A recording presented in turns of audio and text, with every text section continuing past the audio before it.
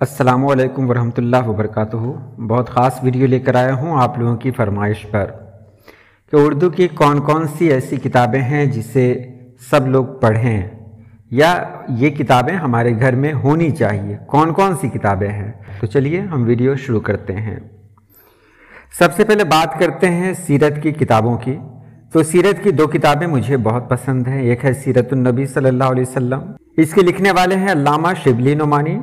लेकिन जब अल्लामा शिबली नुमानी का इंतकाल हो गया तो उनके शागिर्द अल्लामा सैयद सुलेमान नदवी ने इस किताब को मुकम्मल किया। बहुत बेहतरीन किताब है, इसे ज़रूर पढ़ें। ये PDF के रूप में भी किताब मिल जाएगी, आप वहाँ से भी पढ़ सकते हैं। सीरत की दूसरी किताब अगर देखें तो अब्दुल मुस्तफ़ा आज़मी की एक किताब है, सीरत मुस्तफ़ा सल्लल्लाहु अलैहि वसल्लम। बहुत बेहतरीन अंदाज में सीरत के बारे में लिखा गया है इसमें, आप इसे भी पढ़ सकते हैं। बहुत बेहतरीन किताब है, ये भी PDF के रूप में आपको मिल सकती है। उसके बाद मोहम्मद बिन कासिम और गुमशुदा काफ़िले, नसीम हिजाज़ी की बहुत अच्छी किताब है। नसीम हिजाज़ी मेरे बहुत पसंदीदा कलमकार हैं। आपकी बहुत सारी किताबें मेरे पास हैं, सफ़ेद जज़ीरे हैं और भी हैं। तो अगर आप इन किताबों को पढ़ेंगे तो एक तो पढ़ने का लुत्फ़ आएगा, क्योंकि ये दास्तान इस तरह बयान करते हैं कि वो सब कुछ आंखों के सामने आ जाता है। गुमशुदा काफ़िले और मोहम्मद बिन कासिम जब आप पढ़ेंगे तो आपको एहसास होगा कि हमारी तारीख़ क्या है, और इससे बहुत कुछ जानने का भी मौका मिलेगा। साथ ही साथ अगर आप एक बार इसको पढ़ने लगे तो यकीन माने कि जब तक ख़त्म न हो ये किताब, आपको इस किताब को छोड़ने का दिल नहीं करेगा। इसी तरह इनायतुल्लाह अल्तमश की बहुत मशहूर किताब है दास्तान ईमान फरोशों की, बहुत बेहतरीन किताब है। अगर आपने ये किताब नहीं पढ़ी, ये कई जिल्दों में है, आप कोई एक जिल्द भी ले लें, उसे पढ़ लें। अगर वो बेहतर लगे तो फिर आप अगली किताब पढ़ें। तो ये बहुत बेहतरीन किताब है, हम सभी लोगों को पढ़ना चाहिए। मौलाना अबुल कलाम आज़ाद के ख़तों का मजमूआ है गुबार खातिर। जब ये किला अहमद नगर की जेल में थे तो वहाँ इन्होंने हबीबुर रहमान शेरवानी के नाम ये खतूत लिखे थे, 24 खतूत लिखे थे। उन खतूत का मजमूआ है। अब यहाँ कहते होंगे आप कि आखिर खतों को पढ़ने से क्या फ़ायदा है, तो आप जान लें कि फ़ायदा है, बहुत फ़ायदा है। आप देखेंगे उनका उसलूब, उनका तरीक़ा देखेंगे लिखने का, और साथ ही साथ इनके जो खतूत होते हैं वो बहुत तवील होते हैं, उसमें बहुत सारी दास्तानें होती हैं, अशार होते हैं, पढ़ने का अलग लुत्फ़ है। तो इस किताब को भी एक बार ज़रूर पढ़ें। असबाब बगावत हिंद सर सैयद अहमद ख़ान की किताब है। वो किताब है जब 1857 में गदर की लड़ाई हुई थी तो उस वक्त मुसलमानों पर इल्ज़ाम लगा था, मुसलमानों के साथ बहुत जुल्म हुआ। अंग्रेज़ों ने बहुत कुछ किया, काला पानी की सज़ा दी, और दिल्ली से लेकर दिल्ली की तमाम गलियां मुसलमानों के खून से रंगीन थी। अंग्रेज़ों के दिल में मुसलमानों के लिए नफ़रत पैदा हो गई थी। अब वो मुसलमानों को देखना भी नहीं चाहते थे। उसी वक्त सर सैयद अहमद ख़ान ने असबाब बगावत हिंद ये किताब लिखी, और उसमें कुछ बताया कि मतलब ये जो कुछ हुआ, जो मामला हुआ, उस मामले का पस मंज़र कुछ और था। सर सैयद अहमद ख़ान ने उस वक्त बहुत होशमंदी से काम लिया था, और आप इस किताब में देखेंगे वो होशमंदी क्या थी, वो अक्लमंदी क्या थी, जिसकी वजह से मुसलमानों को माफ़ी मिल गई थी।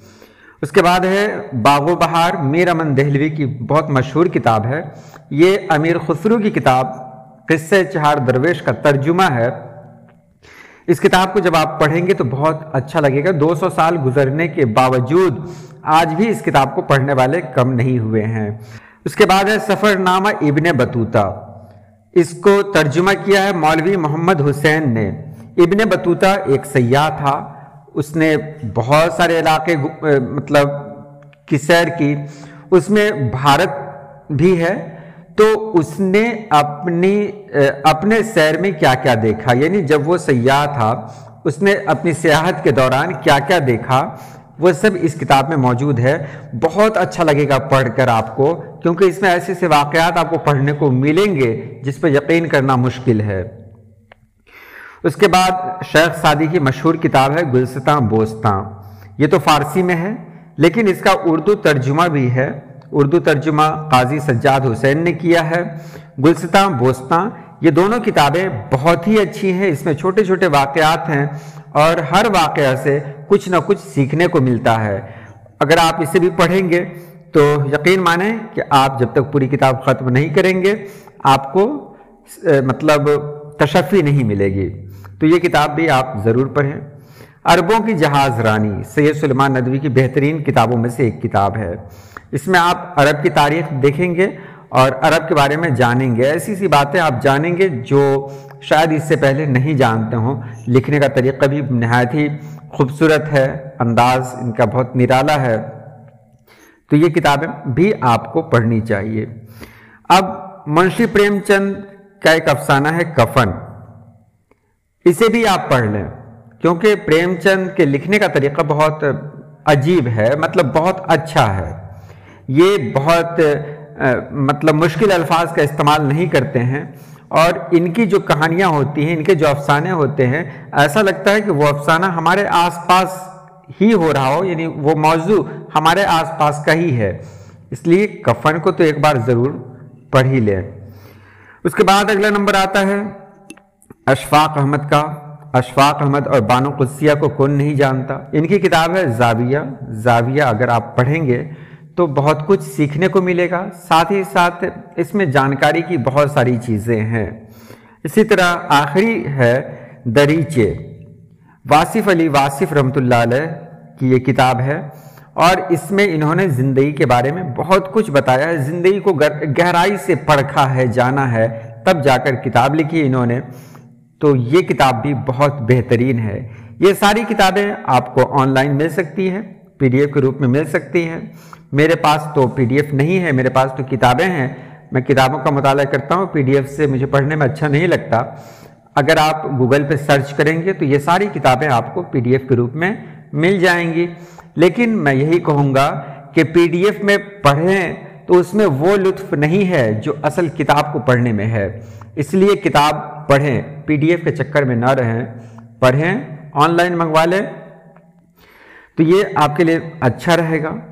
انشاءاللہ پھر میں اگلی ویڈیو میں بتاؤں گا اور کون کون سی کتابیں ہیں جو ہم لوگ پڑھیں یا ہم لوگوں کو پڑھنا چاہیے۔ تو آج کے لیے اتنا ہی۔ اللہ پاک آپ سبھی لوگوں کو خوش رکھے، آباد رکھے۔ اللہ حافظ۔